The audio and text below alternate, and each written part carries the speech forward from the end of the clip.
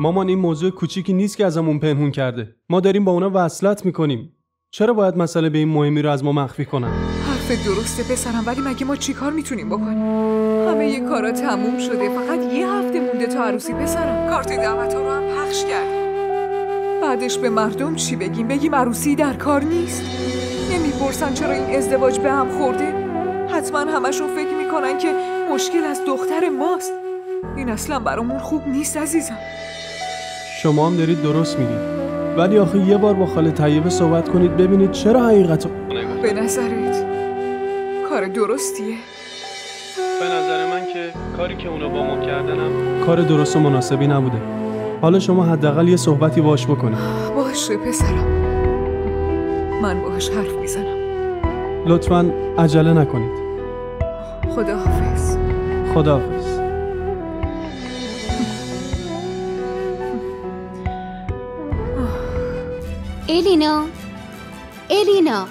الینا تو این خونه یک کاسه زیر نیم کاسه است.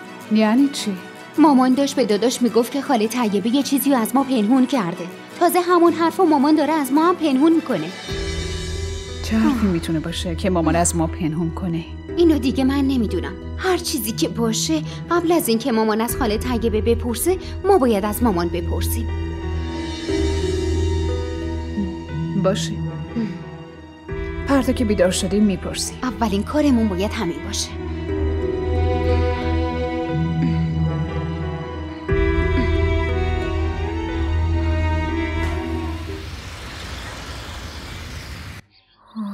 ای خدا، این چه مصیبتیه. چجوری بپرسم ازشون؟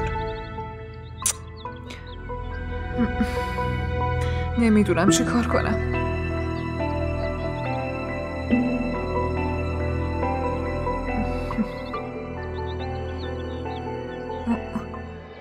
یا خدا، چی شده؟ شما دوتا چطور شده؟ چطور؟ روز تعطیل سحرخیز شدین؟ اونم دخترای من. معلومه موضوع مهمیه. والا شما باید بگین موضوع چیه. من از کجا بدونم؟ آخه مگه من علم غیب دارم که بگم چی شده؟ چی رو باید بگم؟ چیزی که تو سرتون میچرخه همونو بگی. تو سرم چیه؟ چی بگم بهتون؟ واقعیت رو بگو الینا. ما چرا باید چیزی رو قایم کنیم؟ مامان دیشب راجع به یه موضوعی با داداش صحبت میکردین، همونو میخوایم بدونیم. خب پس موضوع اینه من بگم؟ یعنی شما نمیدونی؟ مگه دیشب شما از BBC خبر رو نشنیدین؟ ها؟ خب شما یواشکی با داداش صحبت میکنید، منم که کر نیستم، میشنوم مگه نه؟ تو ساکت شو. چی شده ماما؟ چرا نگرانی؟ بگم چیزی تغییر میکنه؟ خب بگو شاید راه حلی پیدا کنیم. شما اونقدر بزرگ نشدین که بخواین برای مشکلات راه حل پیدا کنین. ولی خب به هر حال بهتون میگم. ناهید به من گفت بابای علی زنده است. یعنی چی؟ اون از کجا زنده شد؟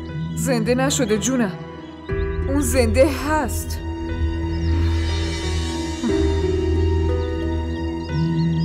حالا هم باید ازشون بپرسم که چرا این موضوع پنهون کردن. اینم کار سختیه. خب آسونش کنید، بهشون زنگ بزنید و راست و دروغش رو معلوم کنید. خب حرف منم همینه. نمیدونم چجوری ازشون بپرسم، به این آسونیا نیست. اصلا نمیدونم چجوری بگم. ولی اونقدر هم سخت نیست که شما فکر میکنید.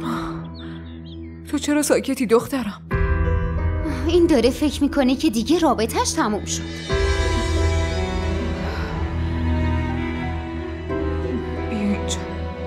بیا اینجا کنارم بشی. ببین دخترم، نگران نباش، همه چی درست میشه. امروز به مامان علی زنگ میزنم، بهش میگم بیاد و مشکل رو خودش حل کنه. بهش میگم توضیح بده. اگه مشکل بزرگی باشه چی؟ اگه مشکل بزرگی باشه بعدم فکر میکنیم که چی کار کنیم. درست میشه، تو ناراحت نباش عزیزم. ای بابا لبخند بزن دیگه.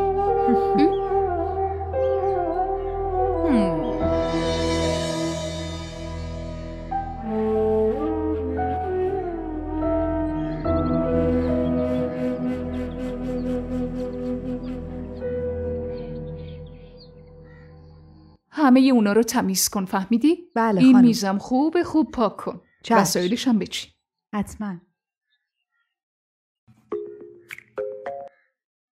الو؟ سلام. سلام علیکم. چطوری قدسیه؟ خدا رو شکر خوبم من. چی شد امروز یاد من افتادی؟ من میخواستم بگم که امکانش هست شما امشب تشریف بیارید خونه ما؟ خیره انشالله. خیره یا نه رو همونو میخوام بدونم. منظورم اینه که میخوام حرف مهمی رو بهتون بگم. راستی علی رو با خودتون نیاری. نمیخوام جلوی بچه ها هیچ حرفی بزنی. باشه پس خداحافظ.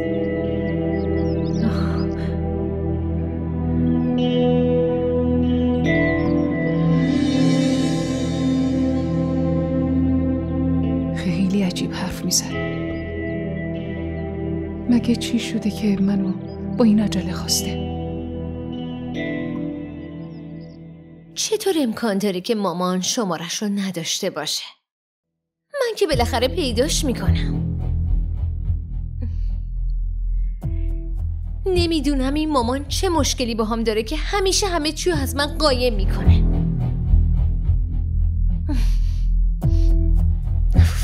خدا اینو ببین اینجا گذاشته.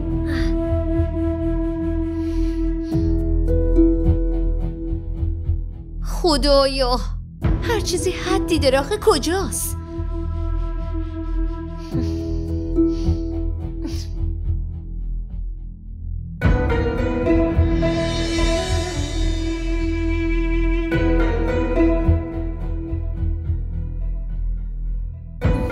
حتما تو این دفتره.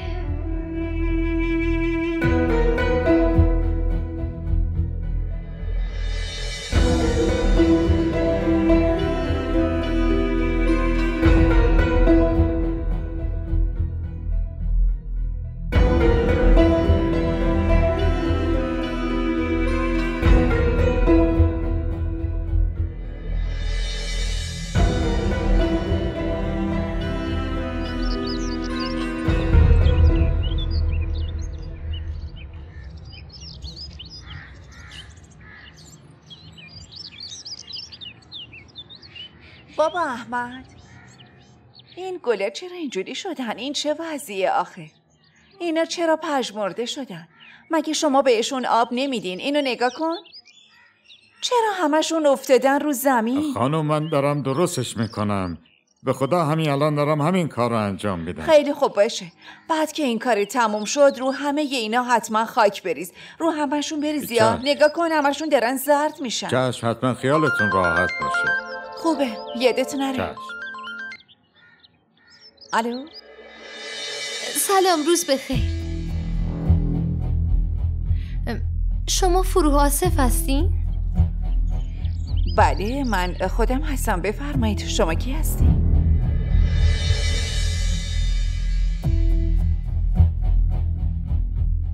الینا. تویی الینا؟ خیلی خوشحالم که صداتو میشنوم عزیزم. اگه ببینمت خوشحالترم میشم. من که خیلی هیجان زدم. چطوری؟ من خوبم، ممنون. راستش من شمارتون از خاله شهناز گرفتم. مامانم شماره برادرتون رو میخواست. راستش برادرم میخواسته باشون صحبت کنه. باشه عزیزم، باشه، چرا که نه. به همین شماره برات بفرستم یا شماره دیگه ای داری؟ آره به همین شماره بفرستی. باشه خوبه. الان که خودت تماس گرفتی یکم امیدوارم که این وصلت زودتر انجام شه. آره حتما، ممنونم. میدونی اینجا دخترها همه مثل تو خجالتی هن. از اینکه باید صحبت کردم خوشحال شدم. امیدوارم به زودی همدیگه رو ببینیم. باشه؟ آره حتما. ممنونم. فعلا عزیزم. خداحافظ. अखियों ने खींची कोई और तस्वीर तेरी रांझिया भूलता है और कोई हीर तेरी अखियों ने खींची कोई और तस्वीर तेरी रांझिया भूलता है और कोई हीर तेरी दर्द की झील का पानी वो क्या पी लिया जब से तेरा नहीं दिल ना किसी का रहा